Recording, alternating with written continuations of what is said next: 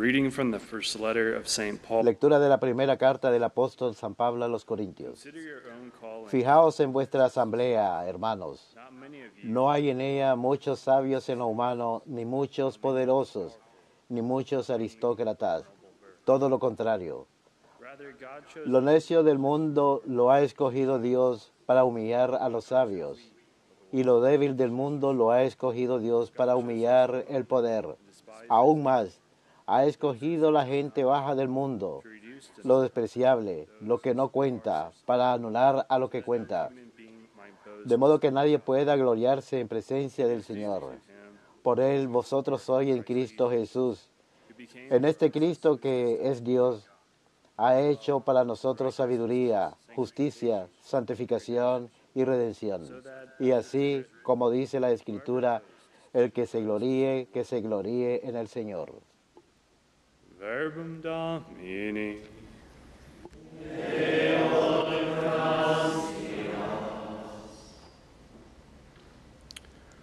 Blessed the man who fears the Lord. Dichoso quien teme al Señor. Dichoso quien teme al Señor. Blessed the man who fears the Dichoso quien teme al Señor y ama de corazón sus mandatos. posterity. Su linaje será poderoso en la tierra. La descendencia del justo será bendita. Dichoso quien teme al Señor. Wealth and riches shall be En su casa habrá riquezas y abundancia. Su caridad es constante, sin falta. En las tinieblas brilla como una luz el que es justo, clemente y compasivo. Dichoso quien teme al Señor. well for the man who is gracious. Dichoso el que se apiada y presta y administra rectamente sus asuntos. El justo jamás vacilará, su recuerdo será perpetuo, no temerá la mala noticia.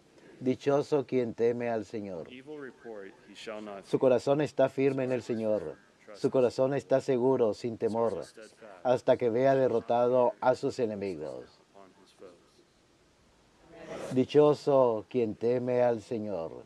Lavishly he gives to the Reparte limosna a los pobres. Su caridad es constante, sin falta, y alzará la frente con dignidad. Dichoso quien teme al Señor.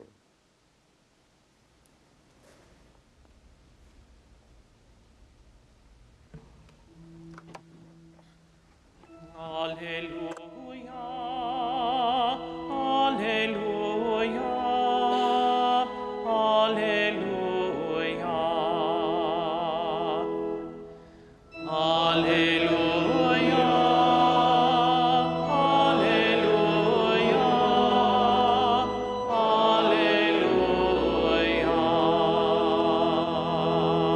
alleluia. I am the good shepherd. Yo soy el buen pastor, dice el Señor. Yo conozco a mis ovejas y ellas me conocen a mí. Alleluia, alleluia,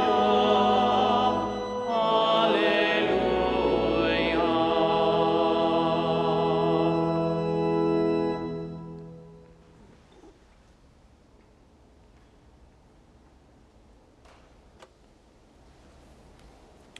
Dominus vobiscum, Et cum spiritu tuo, Lectio Sancti Evangelii secundum Matteum.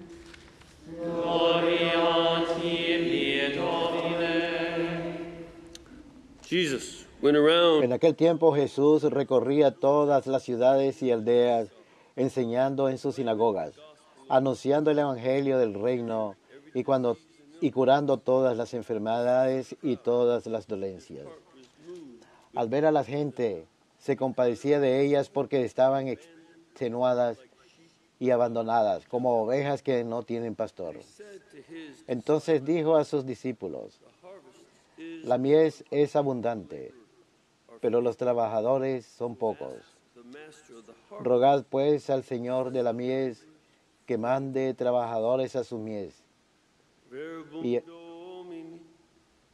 Las tibi Christe.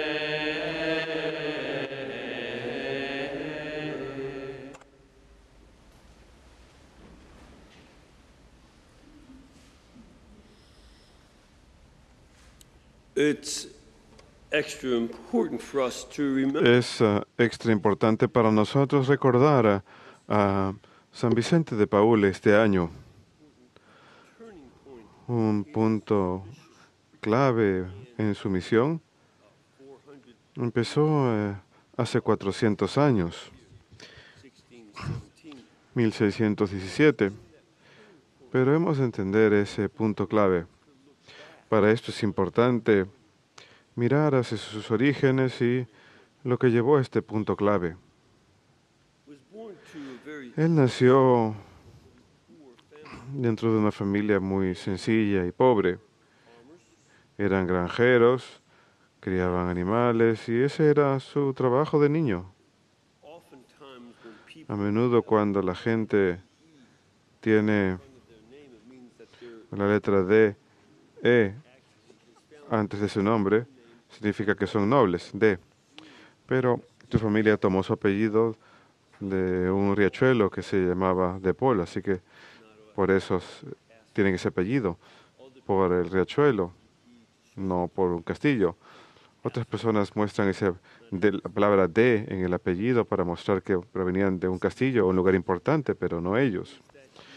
Lo que lo distinguía a él era que él aprendió a leer y escribir a una edad muy temprana y era bueno para ello. Y su padre se dio cuenta que solo hay una forma para una persona de extracción humilde de salir adelante y ir en la iglesia. Así que vendió un par de bueyes para poder hacer ingresar a su hijo al seminario. San Vicente de Paúl a los 15 años también vio que esta era una forma de ganarse bien la vida. Uno podía recibir una parroquia, tener un estipendio y vivir de esto bastante bien a comparación de ser granjero. Esa era su idea. he went to study at a seminary. Fue a estudiar a un seminario en Toulouse, donde había gran división. Para aquellos de nosotros que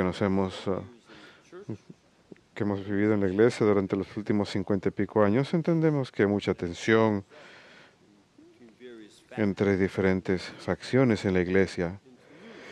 En Tolosa, esas facciones eran tan serias que uno de los profesores fue asesinado por la otra facción. Commitment to your ideas. And Era gente muy comprometida con sus ideales. Pero finalmente, San Vicente fue ordenado porque era muy inteligente a los 19 años. Era demasiado joven para tomar una parroquia. La ley canónica back in the Council of Trent, en el Concilio de Trento había sido establecida. Decía que uno tenía que tener 24 años para ser párroco. Uno no podía ser ordenado sino hasta los 24 años porque había habido abusos en épocas pasadas en que obispos y their young nephews papas nombraban a sus jóvenes sobrinos para mantener esos beneficios y estipendios dentro de la familia. Y los hacían sacerdotes cuando tenían 14, 15 años. Así que el Concilio de Trento trajo una reforma. Había que esperar hasta los 24 años. Así que a pesar que fue ordenado, lo mandaron de vuelta a estudiar unos cuantos años más.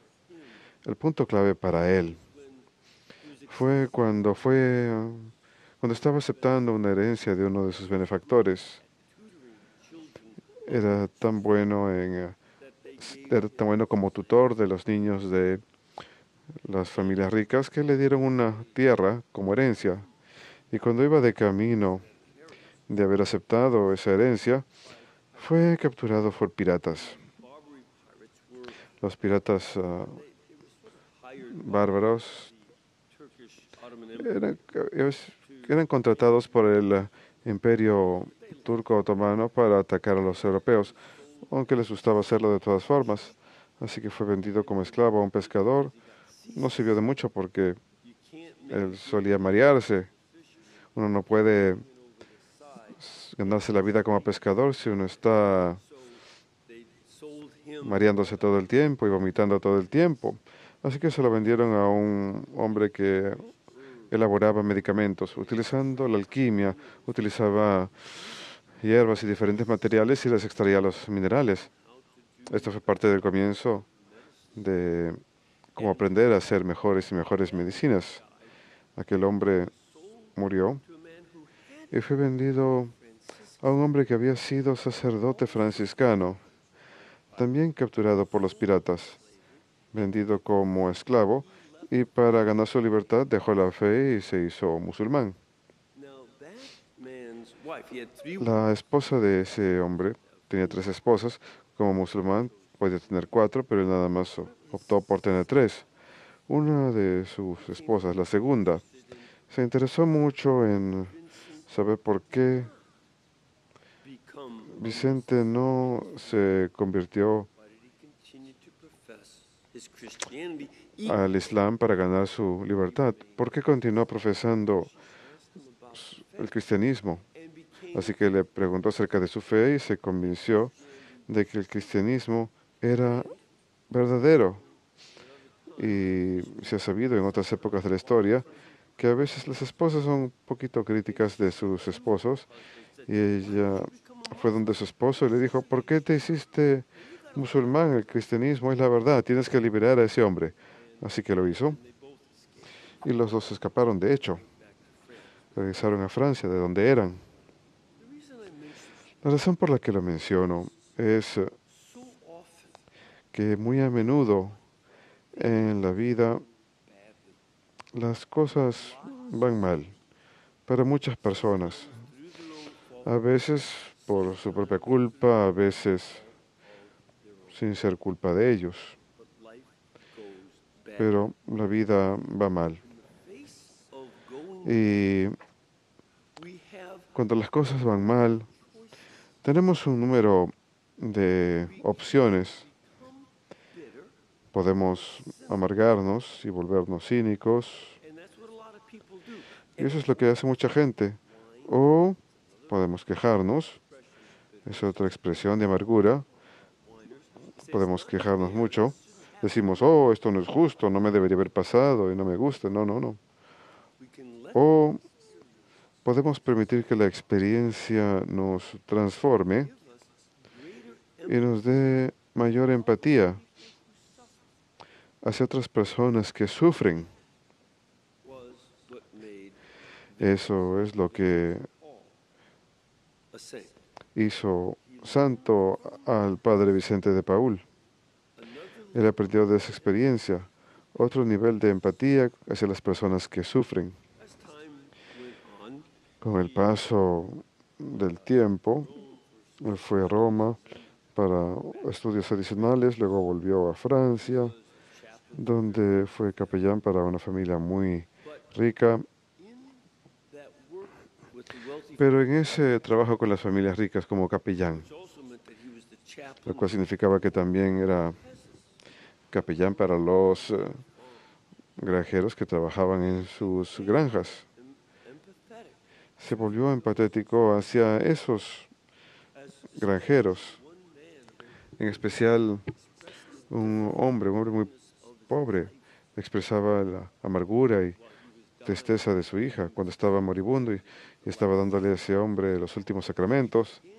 Empezó a darse cuenta que tenía que dedicarse a esos pobres y pasar más tiempo. Si él hubiera seguido como amigo íntimo de los ricos, su vida iba a ser mejor. Esa era otra cosa acerca de él. Él nunca se puso en contra de los ricos. Él no odiaba a esa gente, no les decía: es terrible lo que están haciendo. No, fue capaz de incluir amor hacia los dos. Así como cuando era esclavo, él aprendió a amar al hombre que hacía las medicinas y aprendió de él cómo hacer esas medicinas. Y por la bondad que le mostró la tercera esposa del fabricante de medicinas, no resintió al hombre, sino más bien su amor por él, por su dueño, le ayudó a cambiar el corazón de la mujer y del dueño, para que ellos también fuesen transformados y le fuera posible escapar de la esclavitud en que se encontraban. Y le fue posible, por lo tanto, mantener el amor de los nobles que lo habían contratado y al mismo tiempo de la gente que él servía entre los pobres que trabajaban para los nobles. Uno de los otros elementos presentes era que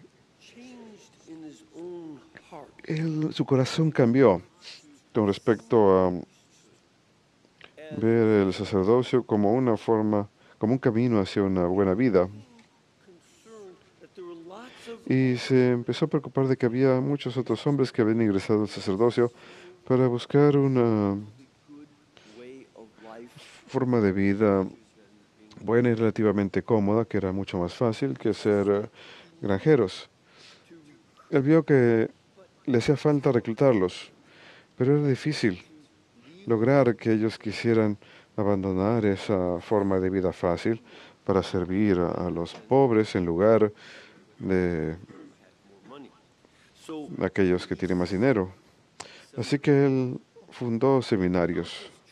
El Concilio de Trento había hecho un llamado a esto. El Concilio de Trento, una de sus reformas más importantes, fue hacer un llamamiento a toda la diócesis, si es que podían costeárselo, a que funden un seminario y que eduquen bien a los sacerdotes sobre la teología, no solamente darles los puntos básicos para que puedan celebrar la misa y los sacramentos, no, sino darles las herramientas con las que puedan enseñar. Pero como ocurre con muchas reformas, demora cierto tiempo en funcionar. San Vicente emprendió la tarea de fundar y reformar seminarios, de preparar sacerdotes, de cuidar a los pobres, de predicar el Evangelio bien y de continuar haciendo su propia labor con los pobres, porque en 1617 fundó a las Damas de la Caridad. Estamos en su aniversario número 400. Eran un grupo de mujeres ricas que recaudaban dinero para liberar esclavos. Esa era su misión principal. Pero luego también se volvió un modo de ayuda para los pobres. También fundó las Damas de Caridad y también la Orden Vicentina de Sacerdotes. Estas comunidades no solamente hacen su labor, sino que la llevan a cabo hasta el día de hoy.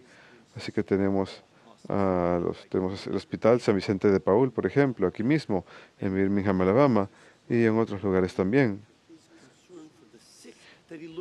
Le pusieron su nombre por su preocupación por los enfermos y por su cuidado de los pobres. Ayer celebramos a San Cosme y Damián, quienes eran doctores los dos en medicina, eran médicos en el siglo III. Murieron en el año 287. También se habían comprometido a cuidar de los pobres.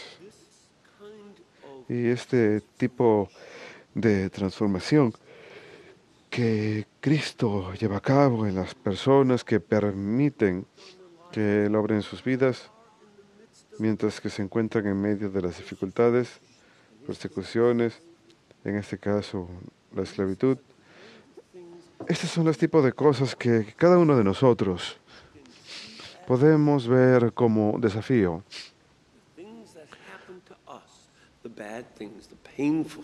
Las cosas que nos suceden, las cosas buenas, las malas, la enfermedad, la pobreza, todas las dificultades nos endurecen. De manera que quizás me gusta comparar estas cosas en ciertas formas a la parábola del sembrador y la semilla. Alguna parte de la semilla cae en el camino. Este es el tipo de persona cuya vida se endurece por ser pisados. Eso es lo que pasa en el camino. Uno camina por él y con el paso del tiempo endurece la tierra y la semilla no puede entrar. Mucha gente ha pasado por esa experiencia de endurecerse y ser fríos y no permiten que la palabra de Dios entre a sus vidas como resultado para que los transforme. O permitimos que el dolor de la vida sea más como un arado que nos rompe y nos abrimos para recibir la palabra de Dios y somos transformados por la palabra de Dios. Es una opción, una decisión. En nuestra propia cultura, ahora mismo, podemos ver que hay un fuerte rechazo de la fe, ¿no es verdad? Menos y menos personas vienen a misa y más personas están hostigando a los creyentes. Acabo de ver un reporte de una organización legal que el número de situaciones de hostigamiento religioso ha aumentado muchísimo desde el año 2011 hasta ahora. Y esto es algo que hace un par de semanas atrás vimos que un entrenador perdió su empleo porque se arrodilló y oró hacia sus adentros, sin nadie más en torno a él, y perdió su empleo porque eso era romper la separación entre el Estado y la religión, por decir una oración en silencio. Y la semana pasada, aquí en Alabama, en un lugar donde suelen rezar antes de un juego de fútbol para la seguridad de todos, una persona se quejó y ya no se pueden rezar. Así que vemos ese endurecimiento. Y como resultado de esto, vemos que nuestro país se está volviendo un país más bueno y amable, un lugar lleno de más amor. Cuando nos deshacemos de los prejuicios, vemos que los creyentes se vuelven más dulces. Dirían más bien que es lo contrario, que mientras más quitamos la religión, más dura se vuelve la gente. Esta es una decisión que nuestro país está tomando. Nos volvemos más enojados y amargos unos hacia otros. Y las personas que son seculares se vuelven más amargos unos hacia otros. No hay más empatía, sino tienen una incapacidad mayor de escuchar lo que los demás dicen y se enojan y se amargan y se vuelven violentos. ¿Acaso no es el caso? Esa es una decisión que tomamos. O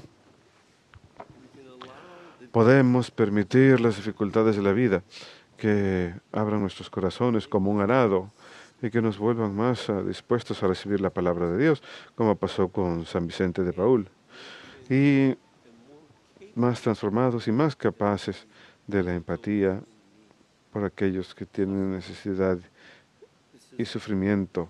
Esta también es una decisión y tenemos que preguntarnos a nosotros mismos, ¿vamos a hacerlo? ¿Cómo vamos a lidiar con esto? ¿Y cómo tomaremos la decisión de que nos va o llevarnos al infierno o convertirnos en santos como San Vicente de Paúl?